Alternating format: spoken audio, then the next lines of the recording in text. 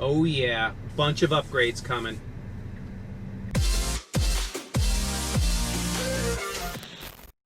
Hey guys, welcome back to Tech Forum. Today I wanted to discuss a bunch of stuff I have coming for the Model 3. So if you're new to the channel, welcome. If you've been here for a while, welcome back. So what's happening? All right, so first off, this is a 2018 long-range rear-wheel drive Tesla Model 3. I currently have just shy of 83,000 miles on it, and the car is mostly stock. I've done a few things to it. I have installed aftermarket 20-inch wheels and tires. They are staggered, which means they're differing width front to rear. The fronts are the standard 8.5-inch wide. The rears are 10 inches wide. Being a rear-wheel drive car, I wanted more traction back there. I've also lowered the car 1 inch with T-Sportline lowering springs. And then I've got Mountain Pass Performance camber arms at the rear to compensate for the camber change from the lowering of the car. Aside from that, I've installed this glossy carbon fiber dash panel that was made by RPM Tesla. Thank you, Mark. I really appreciate that.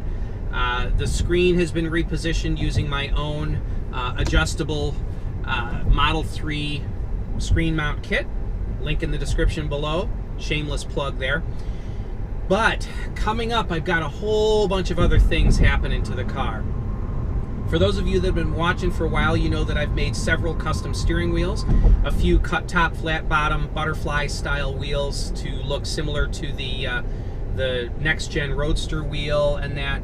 Well, I've been looking for a manufacturer that can mold carbon fiber top and bottom, leather sides, sculpted ergonomic steering wheels for me, and I think I found one.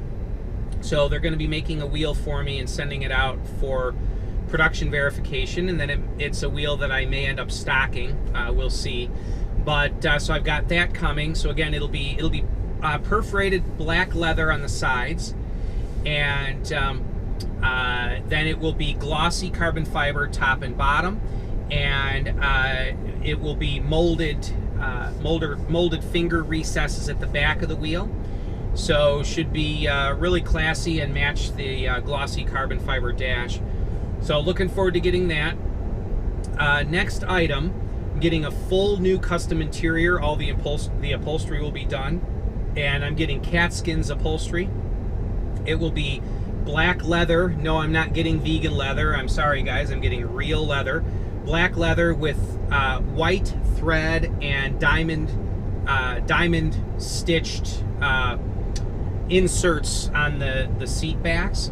So I recently did a video with another viewer friend of mine, Adam, about the Boost 50 performance module for his car, and I showed the interior on his car, and I'm getting essentially the same thing done to mine. Gorgeous interior.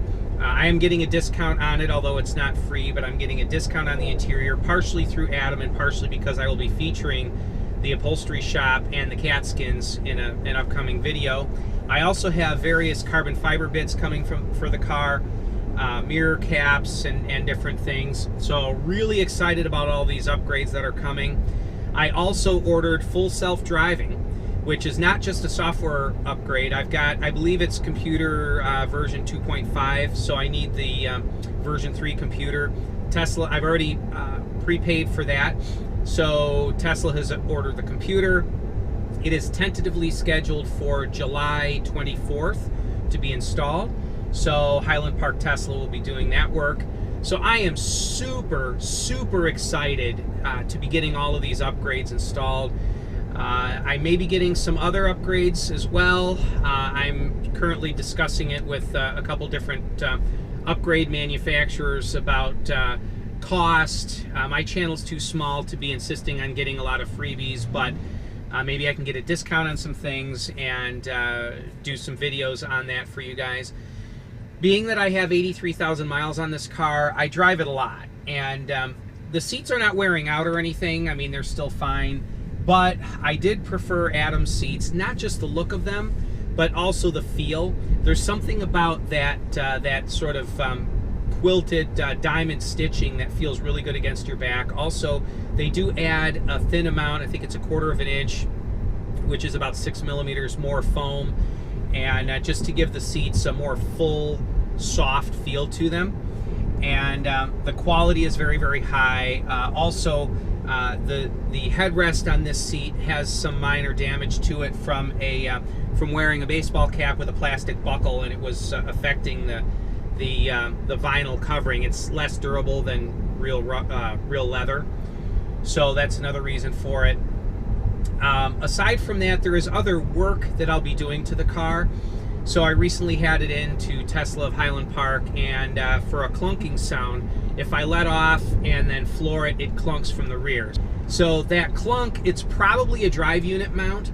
Now, Tesla did find one mount that was bad. In fact, I've got a separate video on this. They gave me the mount back. It's bad. They replaced that. It was $400 to replace that mount. They have to pull the whole subframe down to get in and change that mount. But it's still clunking, so I think one of the other mounts is bad. It could be something internal within the drive unit, but I don't think it is. It's not. It's really not acting that way, but it could be. It could be, but I don't think it is.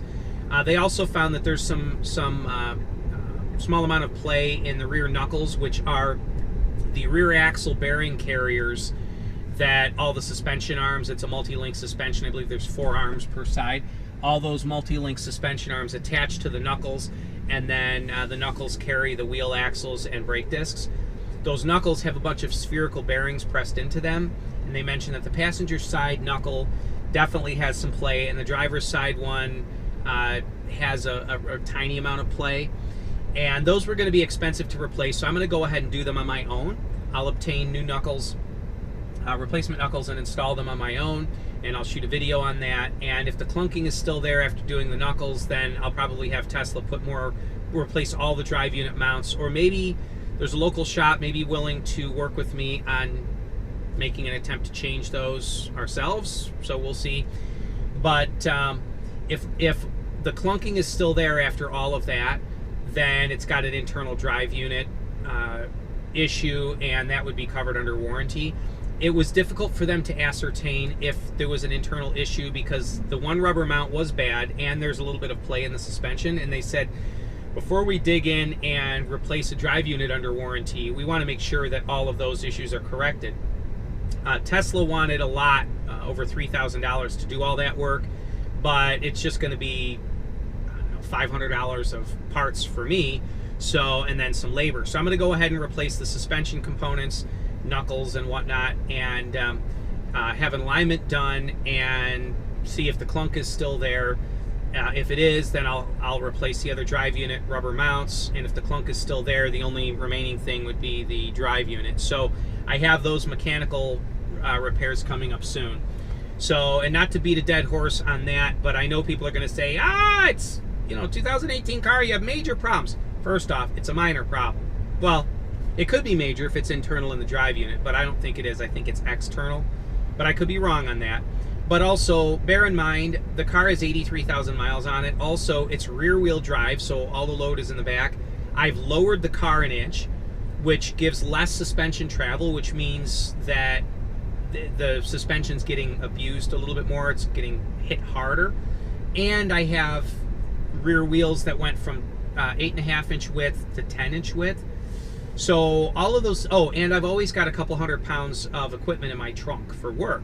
So all of those things combined, I think, accelerated the wear on the rear suspension. But Teslas are not problem-free. I mean, guys, bear in mind, this is a car. I mean, they're awesome car, best car we own, better than our BMW. Even though the BMW is more advanced in some ways and was more expensive than this car, this is still a better car, and I love it. But, things break. I don't hold anything against Tesla for mechanical wear.